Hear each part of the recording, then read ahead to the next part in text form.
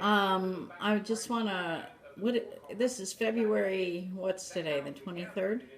No, yeah, it is 23rd. 23rd, and it's 2014. And I'm saying that because I want to record some stuff about what you were talking about the other night, and maybe or a couple of things like that to do with Craig or Mary. Um, uh, so you were telling me. We'll start out with mine. If you could give me a quick recap, what happened? Well, let me think. Daddy and I, Daddy had orders to go to England, and so I was pregnant with Linda, so I quit my job when I was 4 months pregnant. I was a waitress at a restaurant in a big supermarket in Riverside.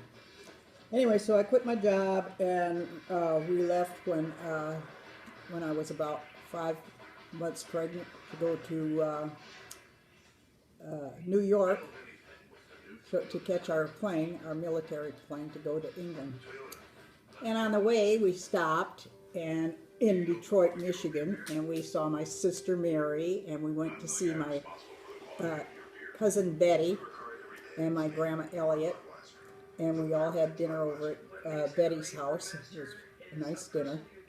And grandma was, she had to be about 97, 98 years old. Grandma what? Grandma Elliot. Okay.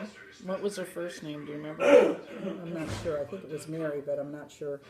Mary Elliott, you think? I think. Grandma was Mary Elliott. My sister Mary could tell me, but I think that's what it is. Mary might tell you if a lot it's of Mary. Marys in the family. So,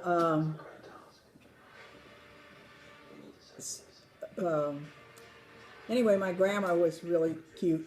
She wanted a glass of wine with her dinner because everybody else was having a glass of wine. And she wanted, after dinner, we all lit up cigarettes, and she wanted a cigarette. She smoked too.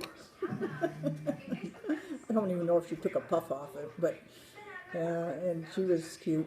And Was she slight? Usually cute means petite or something. No, she wasn't all that. But she's kind of old, a little plump. Okay. And, lots of wrinkles and all that good stuff. And Betty said she used to sneak out of her bedroom and go down to the kitchen to steal the candy out of the kitchen, take it up to her bedroom.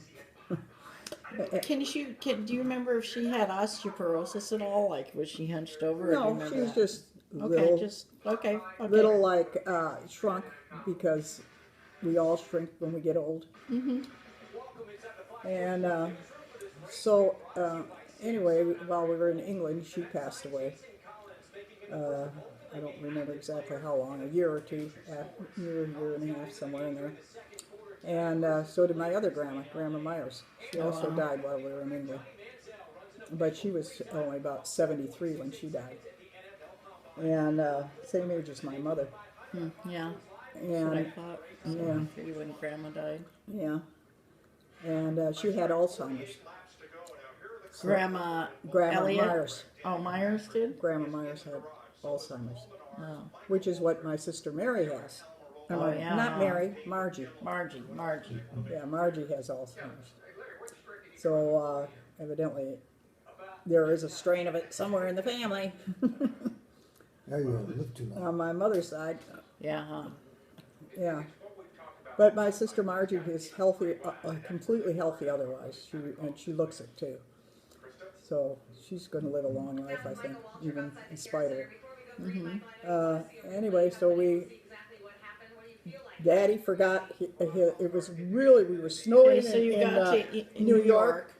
We were so snowed in, and I was getting pretty big by that time with the pregnancy.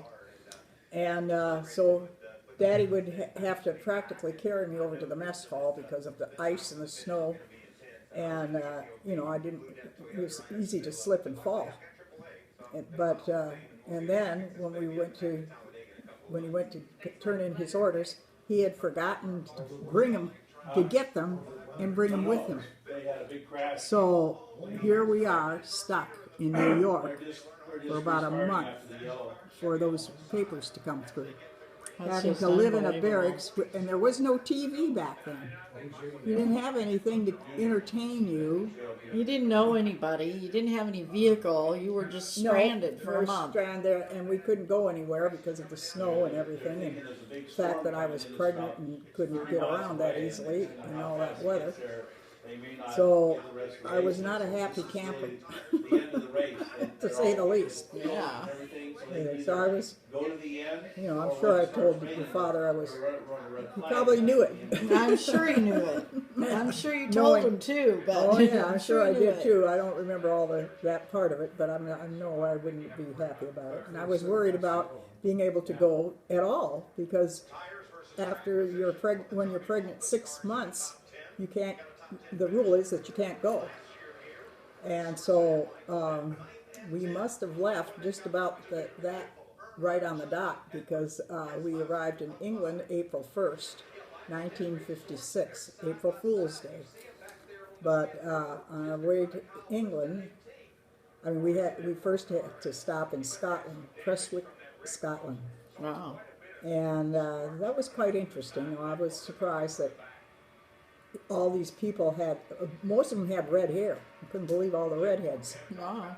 And a lot of Elliot names all around on the pharmacy and some of the stores. Uh-huh. The Elliot name was there.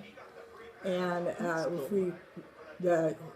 they had an open market with all these dead chickens hanging and all this. Everything's hanging loose and the vegetables are out, and it's really very unappetizing because it's got flies and all this crap around it, and they're very unappetizing. Yeah. Nothing like here. Yeah. I would not want to buy my food there. And it was very primitive compared to what we were used to. And so we stayed in this big hotel. We had to share a bathroom down the hall. Everybody had the same bathroom. It was a regular hotel. That's just the way it was. In fact, you were lucky to have running water in these countries in your house. Wow. Yeah, pretty awful. They use chamber pots for at night when you have to go and stuff like that. And so anyway, we got a little bit of look at Prestwick, and if we asked directions to anything, we couldn't understand a word they were saying. It was worse than most foreign languages. The Scottish brogue is so deep, it's ridiculous. You couldn't understand it. It was That's like, amazing. and they didn't understand us. Huh. Yeah. Anyway, so I wonder if you wrote something, if it would help.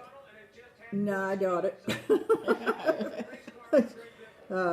Remember Jimmy whatever in our office years ago? Jim Eady. Jim Eady. Yeah. He had an accent, but his is good compared to those people Yeah. over there. You couldn't understand a single word they said. Nothing. Yeah. It was like a totally different language. Huh. Anyway, so we had to take the train. We took the train down from Prestwick, Scotland to London, and we got there early in the morning. I remember sitting on a bench after we got off the train, and it was like 6 o'clock in the morning. Freezing cold, not pouring rain, but rainy. Drizzly. And drizzly and cold, that damp, cold that you cannot shake. I was just absolutely freezing. And so we were walking the streets. That's all we could do. And then we saw a church that was a big masonry church. We thought we'd go in there to get warm. Went inside and it was even colder. It was Like so a cold in that refrigerator. church. It was awful. So we went out and didn't stay in the church long. We got out of there and started walking down the street. And finally, after I don't know how long, a couple hours, a pub opened up.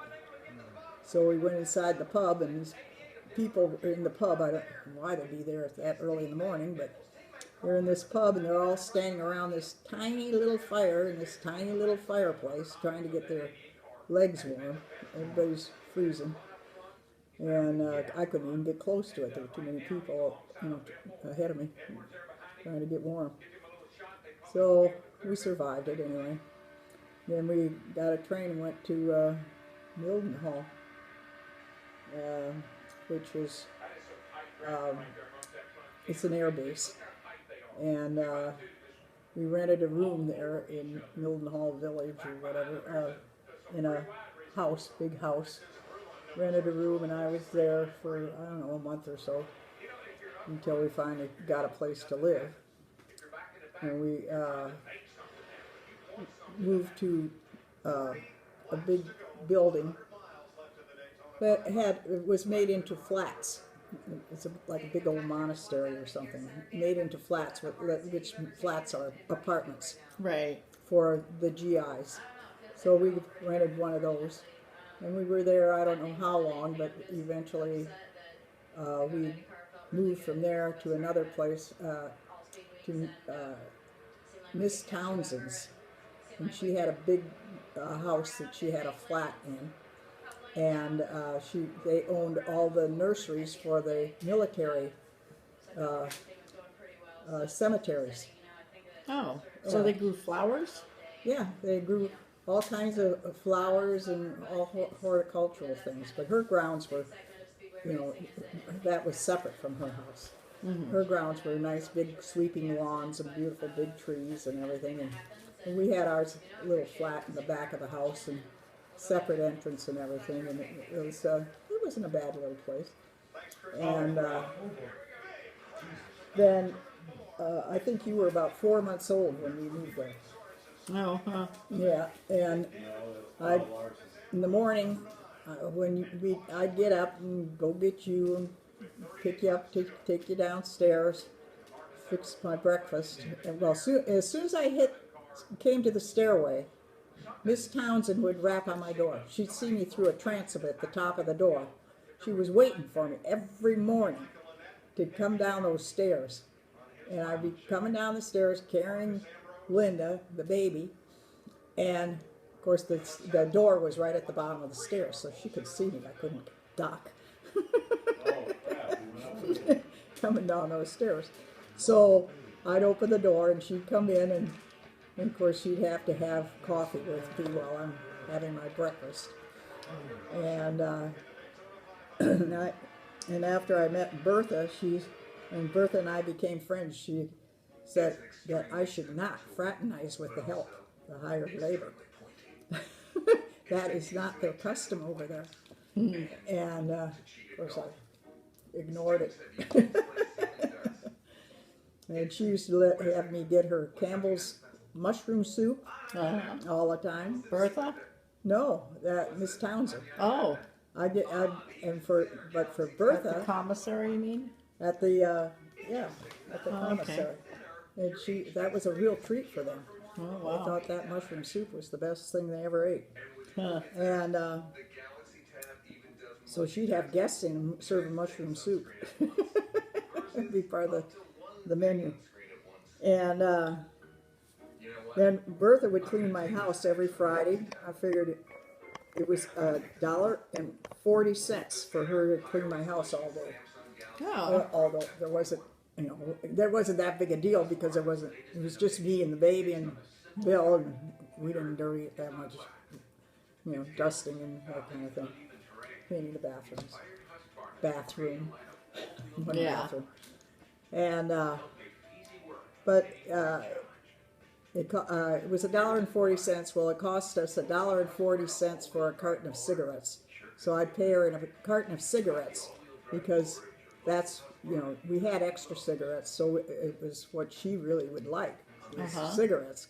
Their cigarettes were much more, and they weren't good at all. Their cigarettes were horrible. So she got paid more for her job because of the trade and return. Well, she loved the cigarettes too. They really loved American cigarettes because they're much better than the English ones.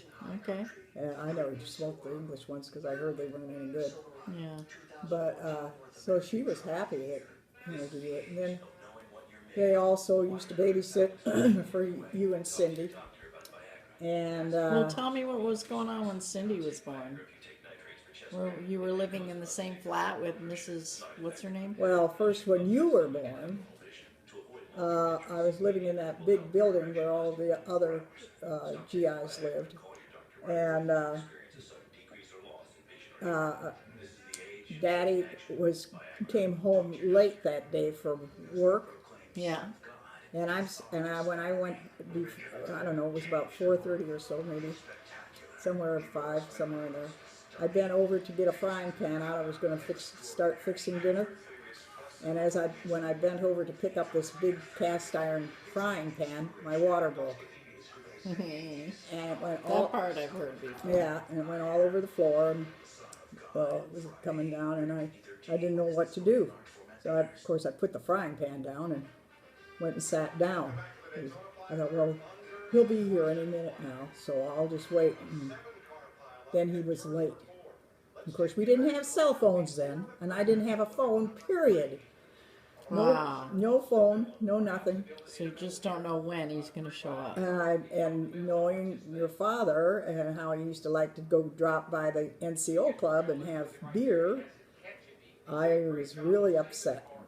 Golly. I was really upset because he wasn't there, and he was getting late, starting to get late, and finally he walks in the door, and I start yelling at him that my water broke, and he got all rattled and running around like a chicken with his head chopped off, and so we got down and went downstairs, and of course we had to call.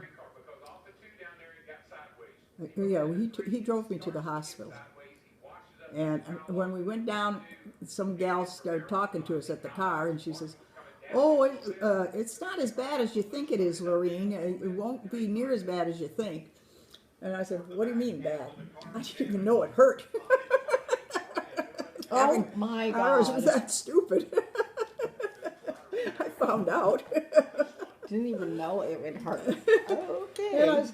And so I said, okay.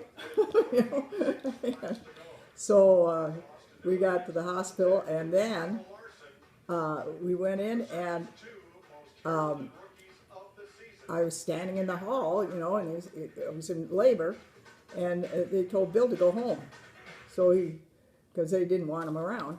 Well, I stood in that hallway for I don't know how long, because they had a doctor's wife had come in there on an emergency. And she had priority. Oh yeah, they just let me stand there for forever, it seemed like, and I'm scared to death. Finally, somebody comes around, and I'm telling them I'm in labor, and they just ignored me. And so finally, this nurse, real pissed off at me because I'm complaining, and she says, "Here, go lay down in here." So it was a regular hospital room. So I laid down on the bed, and then the really, really hard pains started coming, and I'm in there all by myself, scared to death, being completely ignored. Nobody came in, nothing. It was awful. No, it was awful. And then I found out later this woman who was married to one of the doctors, the idiot doctor, by the way, I'll have to tell you about him someday, and she had a miscarriage. I mean, it wasn't a miscarriage, she had the baby, but it was 2 months early. And so they were catering to her, like, big time. And anyway, I ended up having you at 4 o'clock in the morning. Oh, wow. Things are a lot different than used to be. Yeah, it was 4 in the morning. And I remember I was in such agony, and I was trying to hang on to this nurse. I want my mother! You can't have your mother. They were not nice. That was a horrible experience. They were just jerks. They were awful. And then the room I was in, I had a saddle block. And I didn't know the next morning. Nobody told me that you're not supposed to sit up or anything. Well, but actually, the next morning they told me I had you about 4:30, something like that. I think it was 4:30, and they Girl Scout cookies, I see. So they told me to get up and go get my baby, and you had to walk down all these long corridors to get the baby, and I just had you about. This is at 6 o'clock. There was a 6 o'clock feeding, and I had just had you, and I hadn't been in the room hardly any time at all when they're telling me to get out of bed and go get my baby. And you had a saddle block, and you're not even supposed And I wasn't supposed to get up at all. Supposed to stay out flat on my back. But I went. I managed to get to the nursery finally, and they gave me the baby. You, and I'm carrying you back, and I could feel myself going out like a light. And so I felt myself, I was going to pass out. I got up against the wall, and I slid down the wall because I didn't want to fall on you. Yeah. But I slid down the wall, and then I passed out. So then they finally, well, I guess you need help. So of course they took the baby, and I don't remember how I got to the bed. I guess they helped carry me or something. Awful, Mom. It was the worst experience of my life for a first time thing. And of course Bill wasn't even there. He didn't even know what was going on. And that place was filthy. They had a big trash can in the middle of the room. There were 6 beds in this room that I was in. And that trash can right in the middle for overflowing with Don't tell me anymore. Okay, I get that. Yeah, it was bad. So you must have been thrilled to death knowing when you were going to have Cindy that you'd have to do that all yeah, again. I know. Well, and then they came in and they put a big stack of diapers on the bed. And first they said you have to change your bed, and then you got to fold these diapers. Tell me I have to fold diapers. Shit. Yeah. They had real sympathy. Unbelievable. It was unbelievable. It's like I was being punished for being there. Anyway, so then I said, I'll never have another baby. It was the end as far as I was concerned. I will never have another baby. Well, here I was. A few months later, I'm pregnant. In fact, I had a miscarriage between you and Cindy. Oh my God, Yes, Mom. I did. I had a miscarriage between you and Cindy. I'll never forget. And then I got pregnant again real soon. And you guys are only 13 months apart. Yeah, do the math. My God, you didn't get this rabbit. Yeah, well, anyway,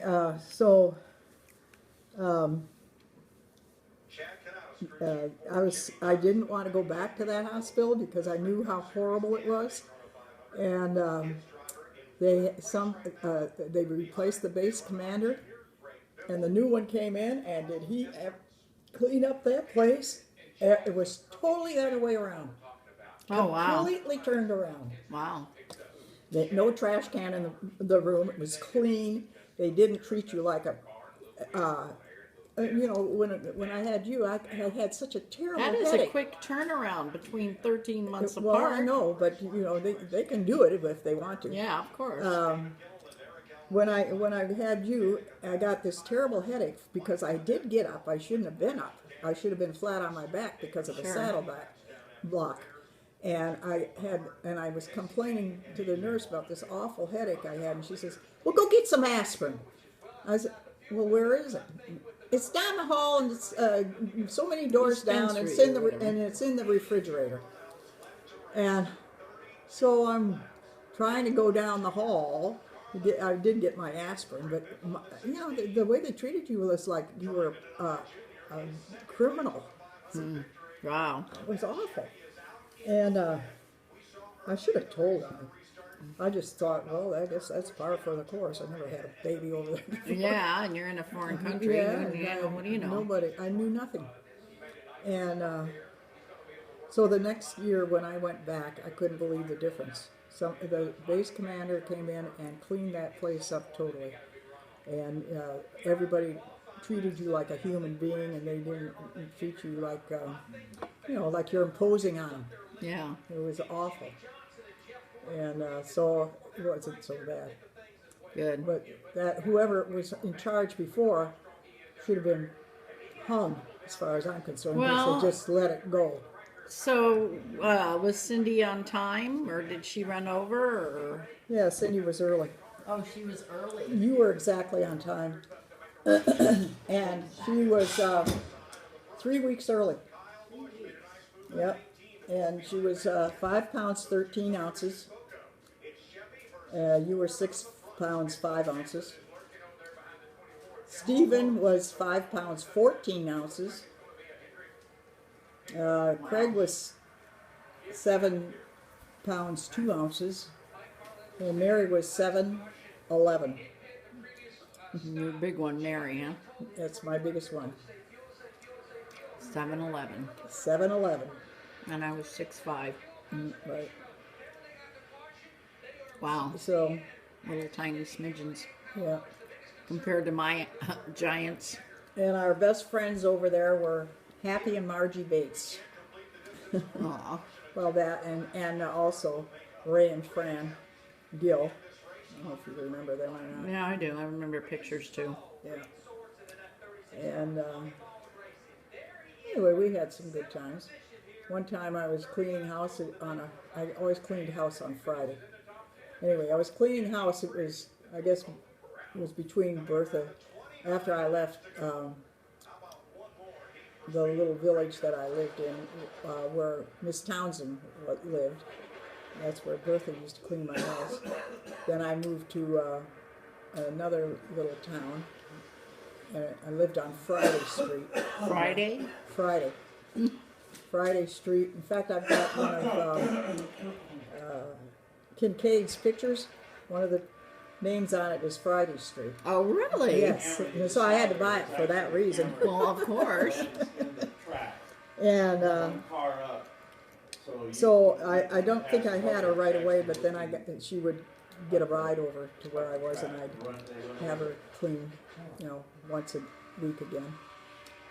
But I was cleaning my house one morning, and my hair wasn't combed, nothing, and I get a knock on the door. Who's that? I didn't know anybody. And I went to the door, and here's my brother Robert. Robert, what are you doing here? And he was in his sailor outfit. He was in the Navy. And he got stationed there, so he just came in to see me. Popped in on you. Popped in on me, and Bertha thought he was the most handsome thing in the whole wide world. Yeah. And anyway, we went to the NCO club that night, and I was making stew. That's what it was. I was making stew that night and so I tried to make a little more to stretch it a little bit so that we'd have enough for all of us. And then we went to the NCO club and had a good time. I can't remember exactly, but all the girls really thought he was it. He was in his Navy uniform. All they knew was Air Force uniforms. Of course, all the English girls liked the GIs because they wanted to go to the land of the big PX, which is the USA. Yeah. And they really went after the GIs. The yellow car's a Toyota. Of course. And then the Chevy up there above him, that's blue stripe. That's Johnson, he's a Chevy. Anyway, it was And the Miller quite a Lite car trip. behind the yellow car, that's 3 Ford. years of England and rain. 3 years. Used to have to hang my diapers in the house because you don't have dryers. I didn't have a dryer over there. We brought my washing machine, and we did bring my refrigerator from here, and but I couldn't. I used to hang them outside, and then I no sooner get outside, hang them out, and it start raining.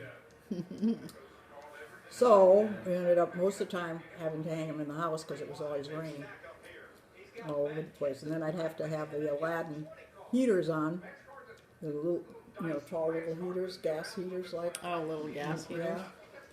and you burnt yourself on those things so many times, you just wouldn't learn. I tried to keep you away from it, and as soon as my back was turned, there you were, over there touching the Turning heater, at my- and blisters, awful. Because you'd scream, but you didn't learn not to do that. Thick-headed, huh? You were kind of dumb. Oh, jeez. Well, Let's be harsh. Most kids wouldn't go near it after an experience like that. Yeah. It was awful. And I also had diapers hanging all the time because I had 2 babies. Yeah. Pretty awful. We were in diaper shit forever. Oh my God, it seemed like it. I was sure glad when I was out of it. I bet. Yeah. All those years. Come on, you guys, we should play. So I think that'll do it for tonight's history lesson of the Okay, that's enough. I don't